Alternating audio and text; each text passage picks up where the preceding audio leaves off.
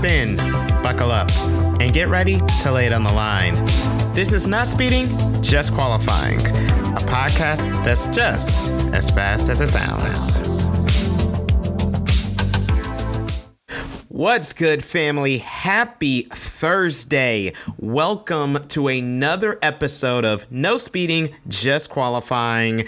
I'm your host, David Lawrence. Glad you guys are along for the ride. I got a jam-packed episode for you today, so we're going to jump right into it. So as you know, it's Thursday. It's the opening day of the Rolex 24 weekend, and the Rolex 24 is not the only race on the card. There are two other series that will also be racing on the high banks this weekend. There is the Spec Mazda MX-5 Cup that will have two races, one race on Thursday evening and one race on Friday. And the other race is the Michelin Pilot Challenge. The Michelin Pilot Challenge is IMSA's second tier series, which consists of the FIA GT4 spec cars and also touring cars by way of the TCR spec formula. Now, if you're wondering what I'm telling you right now, don't worry. I have a guest that is ready to explain all of it to you. If you've been on social media, you might have seen this young lady. She has over 10,000 followers on X and IG combined. She's a veteran of grassroots racing, and she's starting to ascend up the motorsport ladder. Allow me to introduce you and present to others Christina Lam of Fairfax, Virginia. She'll be racing in Friday's 4-hour Michelin Pilot BMW Endurance Challenge.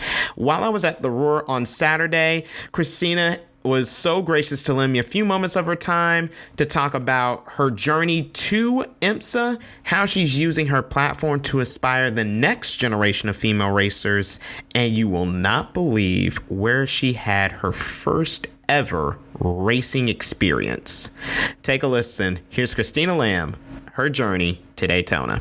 Hi everybody, David Lawrence here at the Roar before the Rolex 24 at Daytona. I have a driver. If you follow her on social media, you know this face very well, or this voice very well, I should say. But I have Miss Christina Lam joining me. Christina, thank you so much for the time to talk to me real quick today. Yeah, absolutely. Thanks for stopping by. Of course. Big fan of yours on X. Love the platform you have. You're the driver of the number 10 Rockwell Autosport Development Audi TCR in the Michelin Pilot Challenge. Now, I have some people who are listening to this who do not know anything about IMSA, do not know anything about Michelin Pilot Challenge or TCR. So real quick, can you just elaborate for the people real quick what TCR, what Michelin Pilot Challenge is all about? Sure. So TCR is front wheel drive. You've got Hondas, Audis, Cupras, we've got Hyundais. So I will be in an Audi RS3, and we race Michelin Pilot Challenge, and we also race with GS, which is Grand Sport, and so those are your GT4 cars. So we race together, and our race is next Friday at the Rolex. It is a 4-hour endurance race. I have two co-drivers with me, Alex and Eric Rockwell. They own RAD, and we will be piloting the Helium Mobile RS3. Nice. So how many years have you been in racing, Christina? Oh man, so I probably did my very first motorsport related thing about 12 years ago now. Wow. Yes. And when I say my very first motorsport thing, I mean, I didn't know how to drive anything, and then I decided to drive the Nürburgring. Wow. In case you guys don't know, the Nürburgring is one of the longest tracks in the world and one of the most daunting. So to give you an idea, the track's about 25 miles long. So that's no mean feat to, sorry, I said 25, I think 25 kilometers. My bad, not miles, 25 kilometers long. But to give you an idea, that track has 170 corners, very daunting indeed. So, Christina, you started on the Nürburgring. From there, how did everything progress? Well, I had a blast on the Nürburgring, and then I decided I was going to come home and learn how to drive my own car. So I had an E90 BMW, and I started to do autocross. And I always tell everyone autocross is the gateway drug to everything motorsports, because for $35 you can drive your own car, and you can still learn the same vehicle dynamics and really push your car to the limit. And so that's where I started. Awesome. So now so bringing it back forward to this year, why race with Rockwell Autosport? So I have raced against Eric and Alex in many different series. We've probably competed together or against each other in AER, WRL, Champ Car, lots of endurance stuff, and they always have a great program put together. They run their program very professionally. Eric is an amazing team manager, and so when I was a scholarship finalist for the IMSA Diversity Scholarship last year, Eric reached out and said, hey, we're in the paddock in IMSA, come by, and we sat down, we chatted about some ideas, and I had some degree of funding for the scholarship, and so we just kind of talked about some ideas, and even though I didn't win the scholarship, we were still able to put a program together, and so here we are. Awesome. And just confirming, you will be doing the full season with them all year? So we won't be doing the full season. We have 5 races scheduled. So we're testing here at the Roar. We've got the Rolex next weekend. We'll be doing Mid-Ohio, Indy, Watkins Glen, and Road Atlanta. Very nice. And speaking of the Roar, for those who don't know, the Roar is always the weekend before the 24 hours, or in this case for you guys, the Friday prequel, which is the 4-hour BMW Endurance Challenge. I'm just curious, as a driver who's doing this during back-to-back weeks, what's your schedule like? Are you going to be staying here in Florida during those 3 days? Are you going to go away, come back? What's your schedule looking like after Sunday through Thursday? I was originally thinking about going back, and then I looked at the weather. It will be 7 degrees at home and snowing, so I will be enjoying sunny Florida and taking a couple days, probably riding my bike and just taking a look at the sights here. Very nice. One last thing, there's a decal on your car, and forgive me if I butcher it a little bit. It's the National Women's. Yes, it's the National Center for Women's Innovations. Yes. Tell me a little bit more about the Center for Women Innovation, how and how they played a part in making sure you got and how you got on the grid. Sure. So we actually started talking early last year when I was first looking at putting a program together, and they came in wanting to be a part of a motorsports program. This is their first foray into the motorsports world, and so they were one of the first people who were on board. They are based out in Northern Virginia. They are a nonprofit, and they are looking to always promote women, innovative women in new areas. And so we work with a lot of schools. We'll be having educational programs in the paddock, inviting local schools out. And it'll be really cool to just expose more kids, and especially younger girls, to the motorsports world. It sounds like an amazing program, and when they say innovative woman, they definitely have a right candidate to kick it off, because I've just been looking around the paddock. So many more women have gotten into the sport, and I really feel like women like you will just continue to push it forward. I love seeing women racers come out here, and not just be tokens. I want to make that abundantly clear, but to see you all actually competing and actually going after and win. Just last year, seeing Jamie Chackle win in Indy Lights was a really big deal. So, and then you have Samantha Tan out here. You have the Iron Dames in WeatherTech. You have, you just have so many faces around here, and it's so encouraging to see women continuing to strive and push forward in racing. Absolutely. But now, Christina, thank you so much for your time. I truly appreciate it. Thank you so much for having me on here. Awesome. All the best this weekend and the Roar, next weekend in the Pilot Challenge 4-hour, and all the best for an awesome season. Thank you so much. I love shining a light on female racers, and Christina's no exception, especially just having those few moments with her, hearing about her career from the Nürburgring to autocross, and now getting this big break in the IMSA Michelin Pilot Challenge. And listen, the hyperbole of female racers is absolutely real. Christina will be one of 3 ladies competing in Friday's Michelin Pilot Challenge BMW Endurance 4-hour. And she will be one of 16 women who will be on track throughout all 3 races over the course of the weekend, including 7 that will race in this weekend's Rolex 24 at Daytona.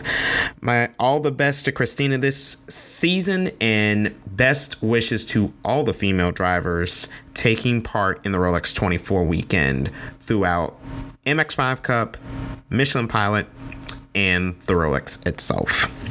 So now let's transition from a young lady getting a big break in IMSA to a Rolex rookie you are very familiar with.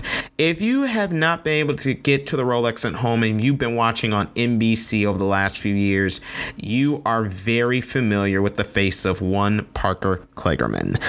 But this year, Parker is strapping on his helmet, zipping up his race suit. He's actually going to be in the game. He'll be racing in the GT Daytona class in his first ever Rolex 24. And as you're about to hear from my interview with Parker from the Roar over the weekend, he is as excited for this opportunity as a kid in a candy shop. Just a heads up before we begin the interview, there is some salty language. So here we go. Parker Kligerman on his Rolex debut. And yes, we did talk a little TV as well. Enjoy. Hey everybody, David Lawrence here at Daytona National Speedway. Roar before the Rolex 24. I got the one, the only Parker Kligerman with me. Parker, thanks for the time. Trust me, it's a huge honor.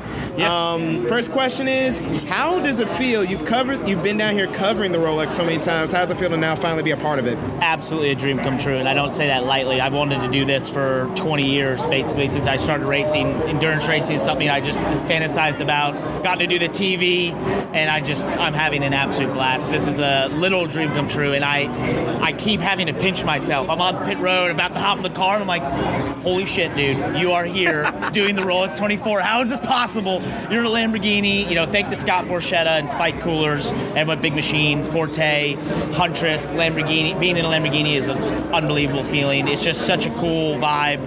I love it over here, and I called my girlfriend two days ago, and I said, hey, if I have anything to do with it, plan on me being here every year for the rest of my damn life. I'm going to be at this race. I want to do all the endurance races. I'm just having so much fun. And I haven't got to the race, but I already know just the vibe. Working with my teammates are so cool.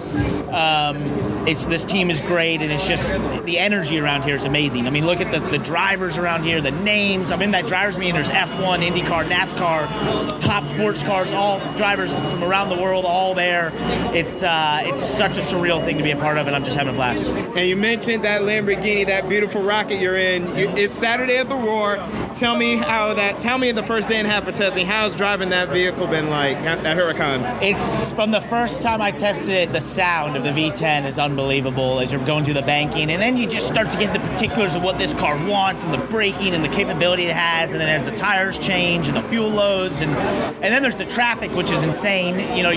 You're focused in racing another GT car, trying to bang out a really good lap, and then here comes a GTP car at 1,000 miles per hour, and it blows your doors off. You're like, where did that come from? And then you're having to focus on this energy management now, which is a whole other thing that even in practice, it feels like a game of trying to use less energy, and that's not just like saving fuel. It's every motion you do in the car is expelling energy. So you're trying to drive as fast as you can, manage traffic, learn these cars, and then do it using the least amount of energy possible. So it's really one of the more technical things I've ever done in a race car, but I've actually really enjoyed it. That's awesome. Yeah. Another thing you enjoyed, you mentioned before, you're in on television, you've done pit road before. It's Saturday at the Roar. This is Saturday the 18th. Earlier this week, you had a big announcement, going to the booth for the first time with the CW. How excited to take on that venture this year? Man, I don't know what I did in a past life to deserve any of this, but I never saw any of this coming. So I just feel like I'm living on cloud nine, getting the opportunity to the booth with CW and Jamie McMurray and Adam Alexander, who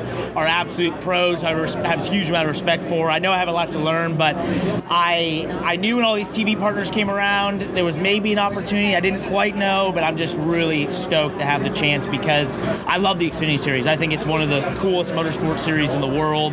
Definitely one of the coolest in America. It's classic stock car racing. There's a great array of veteran drivers, up-and-comers, and a lot of guys throughout the field who are just pros who are going to be in the Xfinity Series probably for as long as they will let them. And that's a unique time for this series, and I absolutely just love it. So to get the chance to call those races, which I've made the joke, I'd be watching them anyway, so I might as well get paid to watch them. So hopefully I bring something unique and something fun to the broadcast, but overall I'm just hoping to learn and do the best job I possibly can, and hopefully, bring my own flair to what's, calling NASCAR races. Hey, love your flair when you're on pit road. I can't wait to see what you bring to the booth. Last question, and I'll let you go. It's Saturday, the Roar ends tomorrow, and then, sorry, they're calling us over here to lower the shaft, but it's Saturday, Roar ends on Sunday. You got Monday, Tuesday, Wednesday before you're back here on Thursday. Staying in Florida, or you heading back, or you heading back and coming back? So the logistics of this race are so crazy. I've called it the 24 days of Daytona now, because it's just you're everywhere. You're down here forever. You're back and forth. I've got to go to Charlotte on Monday through Tuesday for Xfinity Media Days. Right. So the CW group's going to be there. We're going to hang out. I can only hang out for Tuesday. It's Tuesday and Wednesday, but I got to be back down here Wednesday for a rookie driver meeting and such. So it's a packed time, but man, I can't stress enough. I'm absolutely living the dream. I don't know what I did to deserve this. I'm very, very flattered and thankful to all the people that have put their trust in me across TV, driving, and have people like Scott Borchetta and Spike Coolers to support me, Huntress, this Lamborghini team, and Forte. It's just, I don't know, man. I keep pinching myself because none of this feels real. You got the beautiful sky blue and black number 78 Forte Racing Lamborghini. Catch Parker Saturday in the Rolex 24, NBC Peacock USA Network, and then of course Saturday, February 15th, the Xfinity debut on the CW. Parker, it's been a pleasure. Thank you so much for the time, bro. Thanks, man. You're really good at this. Appreciate it, bud. Thank you. Got it. How can you not love Parker? His passion, his dedication, his love, his enthusiasm for all things motorsport is contagious, and I think that's even selling it short. Parker, best wishes as you fulfill a dream this weekend. I know I'll be rooting for you, and I won't be the only one.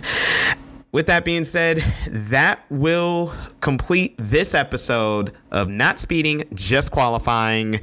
I hope you guys have been enjoying this content as much as I have enjoyed bringing it to you guys this week. It's been a lot of fun as we count down. We're literally just a little over a day away from the green flag of Saturday's Rolex 24. Well, remember, I got content for you guys all week, and that will continue tomorrow. And I'm going to go in the direction of some very unsung heroes. You'll hear from one of them in tomorrow's show. But until then, you can catch me on the socials, on Instagram, beloved.n.unbowed, on X at DA Lawrence Jr., on LinkedIn, Facebook, you can find me at David A. Lawrence. And then you can also find me on my motorsports arm, DAL Motorsports, on X and YouTube. Thank you guys so much for joining me today. I will catch you guys tomorrow. Until then, I'm David Lawrence, and remember, you're not living life to the fullest until you're absolutely flat out. So long, everyone.